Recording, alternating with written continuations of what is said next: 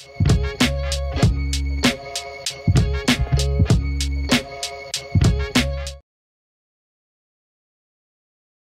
అండి, నేను doctor Sudhakar, interventional pain physician from Epione pain management centre. So చాలా మంది మా క్లినిక్ వచ్చే వాళ్ళకి ఏంటంటే ఈ జాయింట్ హెల్త్ మెయింటైన్ చేసుకోవడం ఎలా. మేము చెప్పేది ఏంటంటే ఈ జాయింట్స్ అనేవి ఒక ఏజ్ వచ్చాక 35-40 ఇయర్స్ తర్వాత డీజనరేషన్ మొదలవుతుంది. సో ప్రతి జాయింట్ డీజనరేట్ అవ్వడం మొదలు పెడుతుంది. సో మనం ఒక స్టేజ్ వచ్చాక చిన్నప్పటిలాగా ప్రతి జాయింట్ మీద స్ట్రెయిన్ పడే యాక్టివిటీస్ ఉంటాయి. ఆ స్ట్రెయిన్ పడే యాక్టివిటీస్ ని కొద్దిగా మార్చుకోవాలి, అంటే లైఫ్ స్టైల్ మోడిఫికేషన్ చేసుకోవాలి. ఫర్ ఎగ్జాంపుల్ లైక్ ఎక్కువసేపు నిలబడి పనిచేసే వాళ్ళకి ఏం చెప్తామంటే hip and knee joints spine మీద ఎఫెక్ట్ పడుతుంది కాబట్టి కంటిన్యూస్ గా అలా నిలబడకుండా మధ్య మధ్యలో కూర్చోవడము, రెస్ట్ తీసుకోవడము. తర్వాత రివర్స్ లో సిట్టింగ్ జాబ్ ఉన్న వాళ్ళకి ఏంటంటే కంటిన్యూస్ గా అలా కూర్చోకుండా ఎవ్రీ 20 minutes కలా లేచి కొద్ది నడవటం. తర్వాత ఒక 40 years తర్వాత సడన్ లో ఏమైనా ఒక రిక్రియేషనల్ యాక్టివిటీస్ కోసం మనం పిక్నిక్ అనో వెళ్ళినప్పుడు గేమ్స్ లో ఇన్వాల్వ్ అయినప్పుడు అగ్రెసివ్ గేమ్స్ లో ఇన్వాల్వ్ అవ్వకుండా ఫస్ట్ ఆఫ్ ఆల్ కొద్దిగా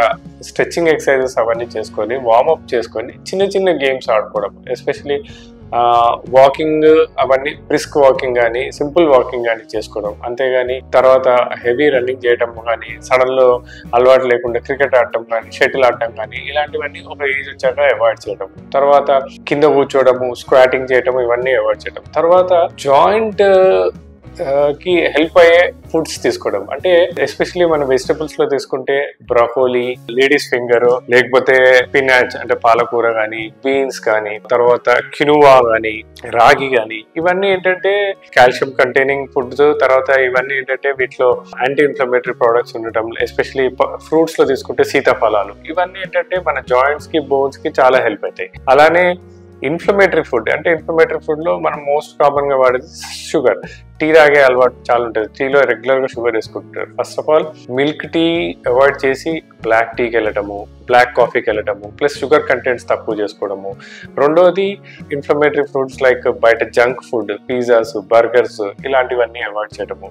అండ్ దెన్ అడల్ట్స్ లో స్మోకింగ్, ఆల్కహాల్ అలవాటు ఉంటుంది. So smoking, alcohol is very అంటే inflammatory to the joints. Smoking వల్ల ఏమవుతుందంటే నికోటిన్ కంటెంట్ వల్ల ఒకటి ఏంటంటే బ్లడ్ సర్క్యులేషన్ తగ్గడము, బోన్ కి బ్లడ్ సర్క్యులేషన్ తగ్గడం వల్ల ఈ టెండాన్స్, లిగమెంట్స్, కార్టిలేజెస్ కూడా బ్లడ్ ఫ్లో తగ్గడము. సో వాటితోటి అవి ఫాస్ట్ గా డీజనరేట్ అవుతూ ఉంటుంది. సో స్మోకింగ్ అవాయిడ్ చేయడము, ఆ స్మోకింగ్ తక్కువ చేసుకోవడం, ఆల్కహాల్ తక్కువ చేసుకోవడం, షుగర్ తక్కువ చేసుకోవడం. And then green leafy vegetables ఎక్కువ తినటము, ఫ్రూట్స్ ఎక్కువ తినటము, అంటే రా ఫ్రూట్స్, అంతేగాని ఫ్రూట్ జ్యూసెస్ కాదండి, రా ఫ్రూట్స్ తినటము. సో ఇలా లైఫ్ స్టైల్ మోడిఫికేషన్ చేసుకొని, ఫుడ్ హ్యాబిట్స్ లో మోడిఫికేషన్ చేసుకొని, మన జాయింట్స్ ని ప్రిజర్వ్ చేసుకొని ఎంత కాలం పాటు అయితే అంతవరకు ప్రిజర్వ్ చేసుకోవడము. And then mild degeneration, mild damage ఉన్నప్పుడే ప్లాస్మా పద్ధతి ద్వారా, పిఆర్పి పద్ధతి ద్వారా వాటిని రీజనరేట్ చేసుకొని స్ట్రెంథెన్ చేసుకున్నట్టయితే హెల్దీ ప్రాసెస్ లో ఏజింగ్ అవటము, మేజర్ సర్జరీస్ కి పోకుండా మనం కాపాడుకోవచ్చు. మనకి జాయింట్స్ ని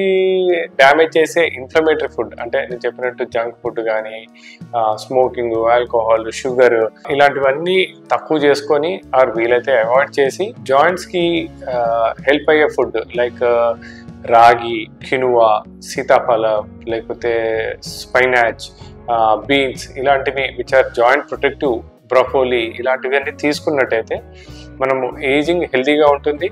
and then major problems avoid చేయొచ్చు. Thank you.